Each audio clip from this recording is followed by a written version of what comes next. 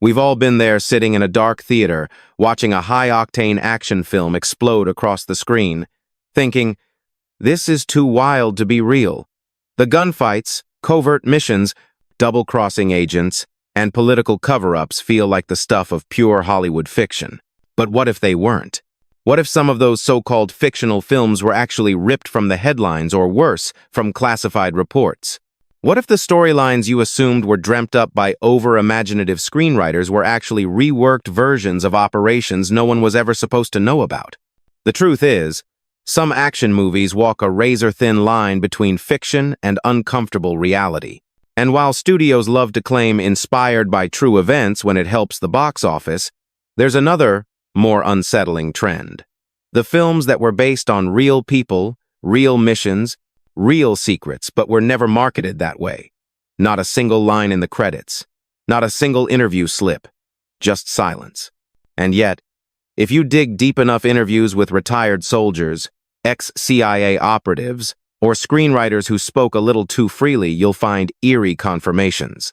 You'll discover stories of films mirroring military black ops, foreign interventions, and real-life assassinations that were quietly reimagined for the screen. Sometimes the names were changed. Sometimes the dates were blurred. But the blueprint? The blueprint was never fiction. So why did the studios deny it? Legal pressure? Political threats? Or a quiet understanding that some stories are too close to the truth? Let's peel back the layers.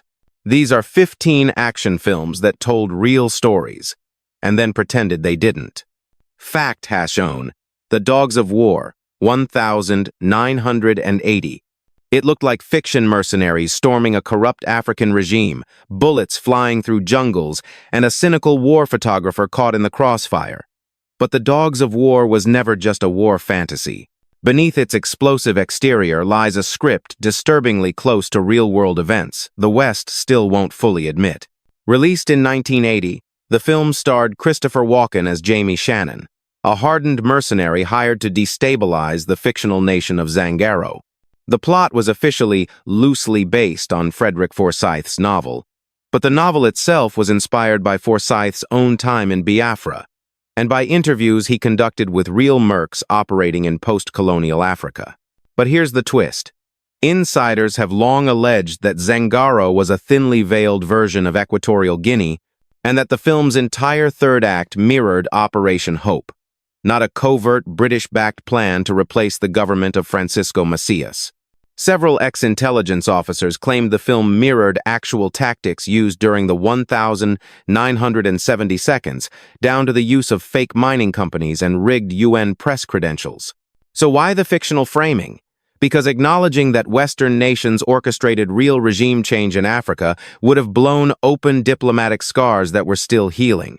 To this day, The Dogs of War remains one of the most realistic depictions of mercenary operations ever captured on screen and one of the most persistently denied.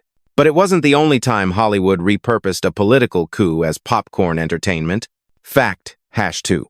Eye of the Eagle, 1,987. It played like a cheap VHS thrill ride.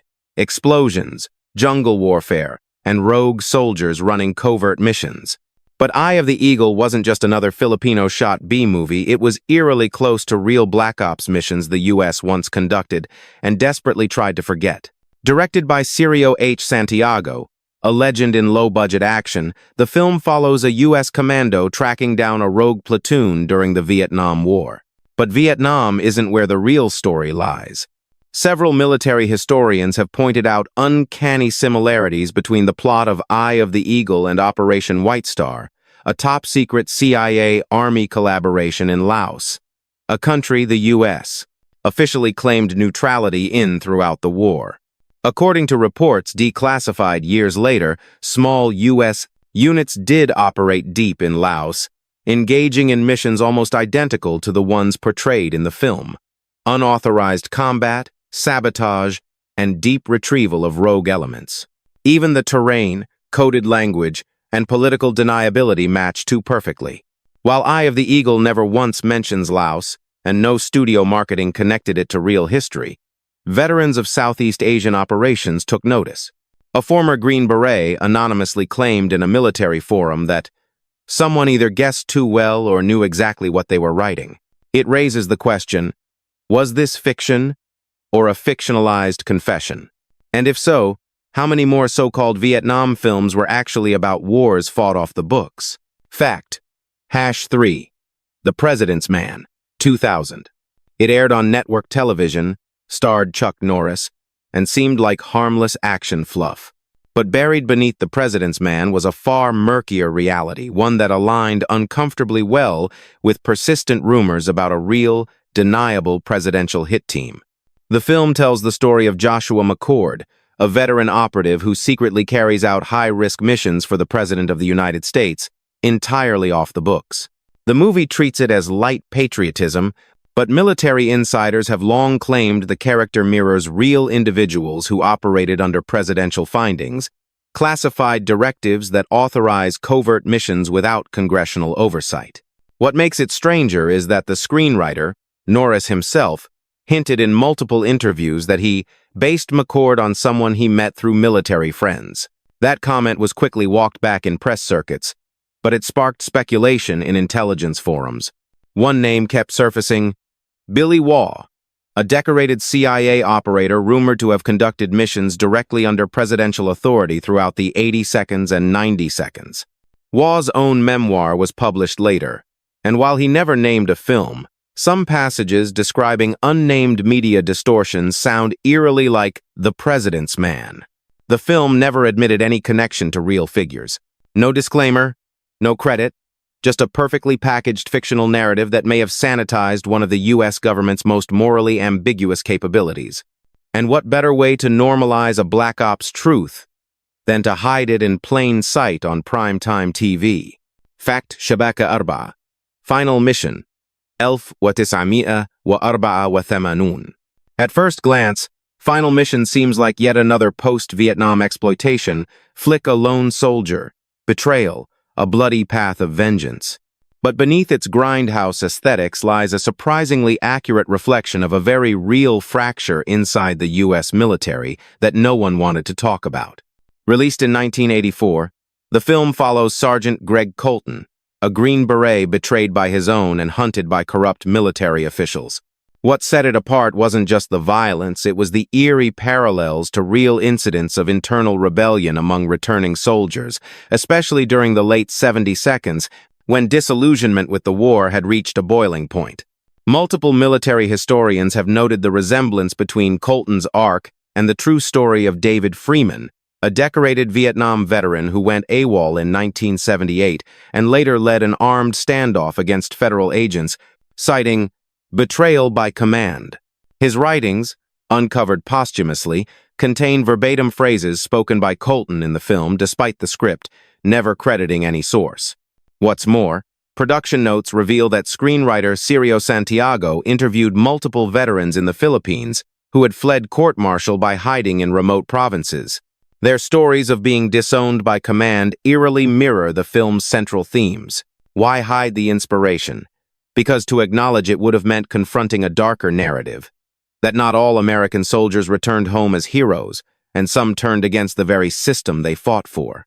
Final Mission never claimed to be based on real events. But ask the right veterans, and you'll hear. It's more real than anyone wanted to admit. Fact #5. The Hitman, 1991. On paper, The Hitman is straightforward revenge fiction. A cop left for dead returns as a shadowy assassin to clean up corruption. But the deeper you look, the clearer it becomes. This wasn't just a made-up vigilante fantasy. It's eerily close to a real Black Ops figure the government tried to erase. Released in 1991, the film stars Chuck Norris as Cliff Garrett, an undercover cop shot by his own partners and secretly revived by the government to become a hitman operating under a false identity. Sounds outlandish until you compare it to Project Phoenix, the controversial CIA assassination program during the Vietnam War, and more specifically, one of its alleged rogue operatives, the man only known by his call sign, Tomahawk. Unsealed records in the early 2000s reference a highly trained asset who faked his own death after being outed, only to resurface in Europe as part of a freelance counter-intel team. Several details match. The betrayal by fellow agents, the false ID, and the cleanup operations against former employers gone rogue. Norris never acknowledged this connection, but insiders believe the hitman was loosely based on Tomahawk's case file leaked years earlier in obscure military literature and later suppressed. Some even believe the film served as controlled disinformation, a way to discredit real leaks by turning them into pulp entertainment. It's not the first time Hollywood has reframed covert truth as fiction, but the hitman might be one of the clearest examples of an actual assassin's life turned into cinematic camouflage. The real question is, who greenlit the script? Fact#6, Act of Valor, 2012. Marketed as a patriotic tribute, Act of Valor became a unique entry in action cinema for casting real Navy SEALs as its stars. But what few knew at the time was that the script wasn't just fiction with a dose of realism, it was reportedly built from actual mission debriefs, lightly disguised for the screen. The 2012 film follows an elite SEAL team executing a series of complex operations across the globe. Audiences were told the plot was fictional, albeit inspired by true acts of heroism. But according to a whistleblower within the Department of Defense, at least 2 full sequences in the film were near-verbatim recreations of classified mission logs, including one rescue operation in the Philippines and a double-tap extraction in Somalia. Even more curious, prior to the film's release, the Pentagon quietly tightened clearance procedures for former SEALs engaging with media. This move, documented by military watchdog groups, came just months after producers of Act of Valor reportedly met with former operators to consult on the realism. While the filmmakers maintained plausible deniability, critics within the intelligence community saw it differently.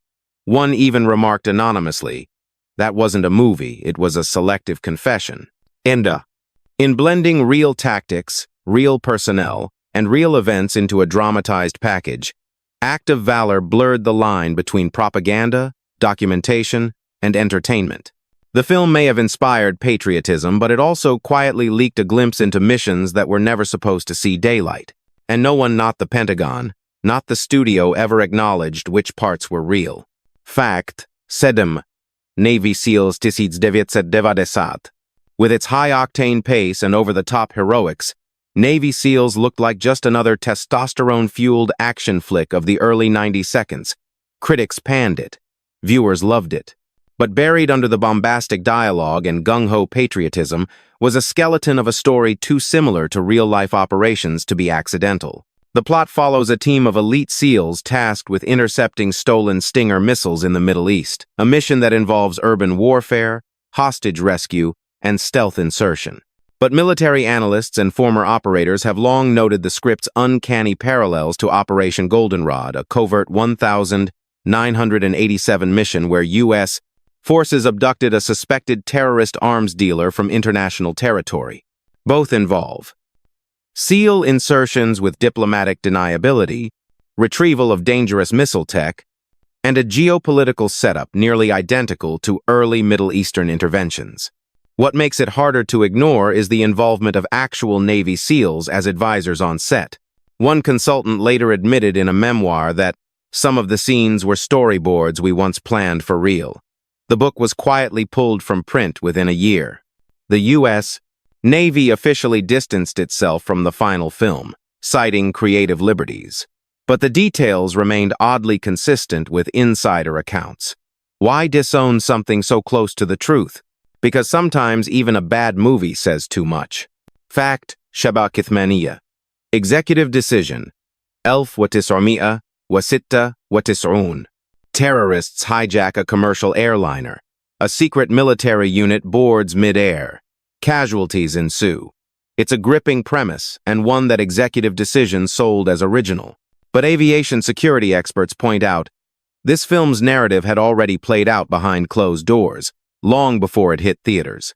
Released in 1996, the film eerily mirrors the real 1984 exercise Skyhook Echo, a highly classified U.S. test where Delta Force simulated boarding a hijacked plane mid-flight using a modified stealth module. That simulation, never declassified in full, reportedly ended with accidental decompression, and a failed extraction details reflected with alarming accuracy in the movie's opening scenes. What's more unsettling, an internal FAA document from 1997 expressed concern that executive decision had lifted exact tactical concepts previously reviewed under classified air intervention protocols.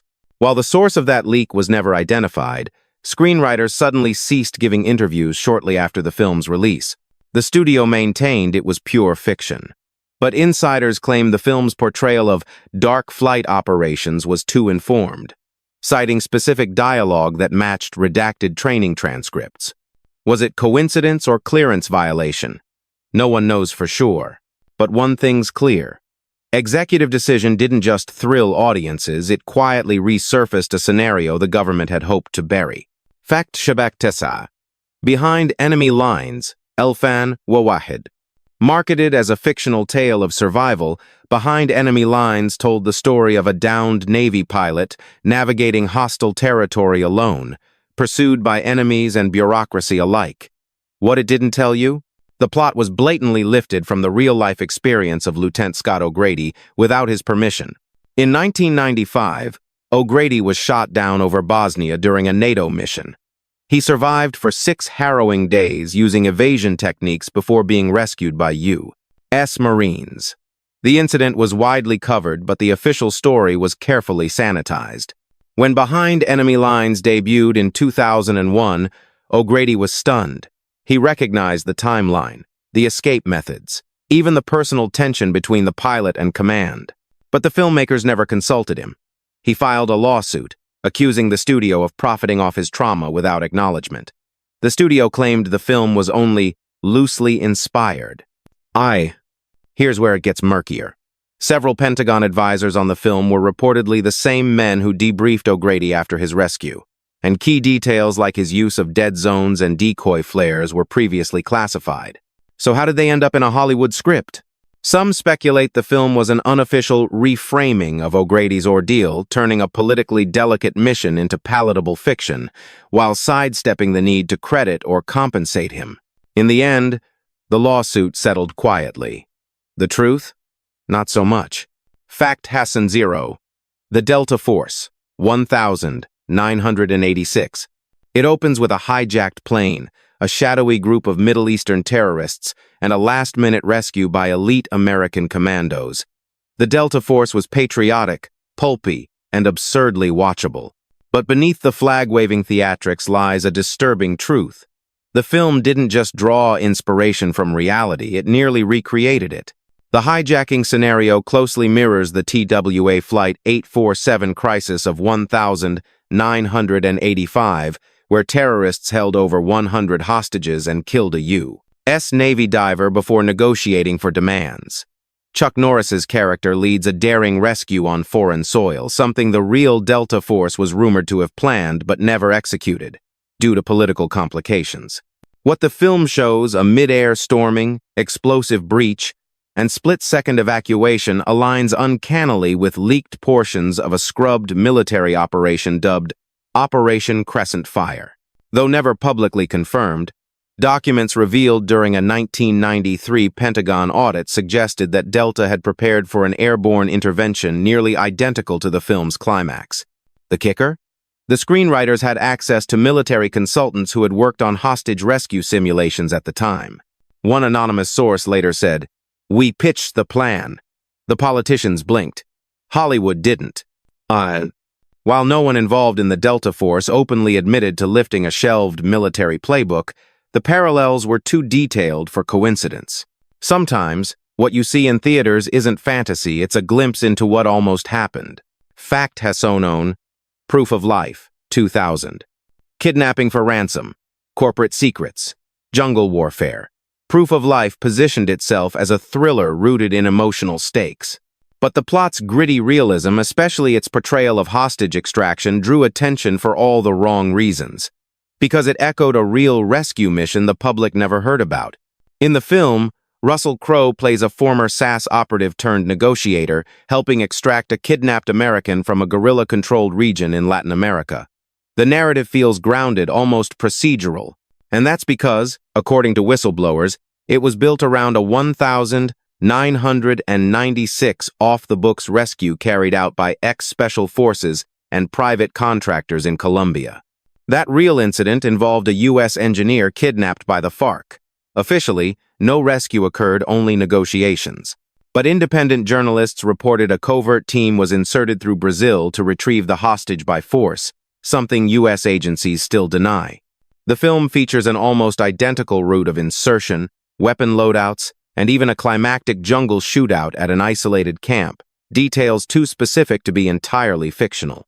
Even more suspicious, the film's technical advisor was a real ex-AS officer known for operating in Colombia. He never confirmed the link, but military intelligence sources claimed the production heavily borrowed from sensitive after-action reports. The studio? Silent. The governments involved? Denial. But the people who lived those missions recognized themselves in every frame. Fact Shabak Wahdathnan, Big Game, Alfan wa Arba'ati Ashar. It was marketed as an over-the-top action adventure. The U.S. president shot down over Finland, rescued by a teenage hunter with a bow. Big Game wore its ridiculousness proudly. But buried inside the absurdity was a strange truth, one tied to a real emergency scenario that nearly occurred. In 2008, NORAD ran a contingency exercise simulating the crash of Air Force One over northern Europe due to satellite spoofing and electronic interference. The scenario included the president surviving in a remote forest and an emergency extraction by a Scandinavian special ops unit. That document was never meant for public eyes. Yet Big Game's plot mimics it disturbingly well. From the rural setting and hostile terrain to the idea of using non-military local aid for evasion, the resemblance is uncanny. Critics assumed it was coincidence until details from NORAD's exercise leaked in 2015 via a cybersecurity breach. Suddenly, a ridiculous action movie didn't feel so ridiculous anymore. No one in the U.S. government commented. The Finnish Film Board dismissed it as creative invention. But cybersecurity experts found a timeline that matched too well. The screenwriters began development just months after that exercise concluded. Was it coincidence? Or was a classified scenario passed along to Hollywood to gauge public reaction in the most absurd way possible? If the world ever learns what really inspired Big Game, we might laugh a little less. Fact, Yersan. Olympus has fallen. Arlene Yassarn. A sudden military-style assault on the White House. Communications jammed. A lone operative fights through chaos to save the president. To most, Olympus Has Fallen was just testosterone-heavy fiction. But behind its explosive spectacle was a blueprint lifted from a real crisis scenario once deemed too dangerous to test. In 2010, a leaked Pentagon simulation detailed a coordinated assault on Washington by foreign operatives posing as diplomats. The scenario, codenamed Black Garden, involved jamming security systems, storming the West Wing, and exploiting a shift-change window, every beat reflected in Olympus Has Fallen's plot.